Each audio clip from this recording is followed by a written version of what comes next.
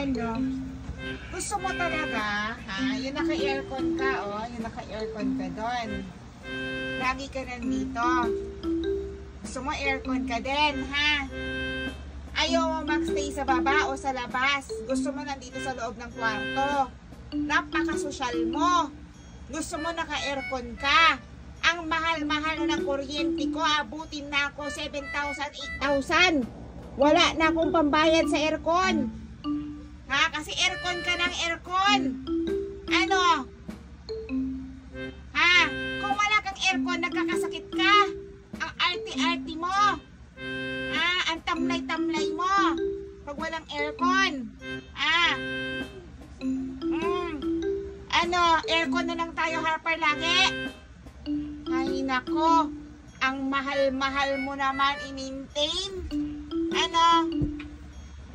Pag walang aircon, may sakit. Pag naka-aircon, ang ganda-ganda. Ang cute-cute. Ano? Saan na tayo niyan ngayon? Wala na akong pambayad sa aircon.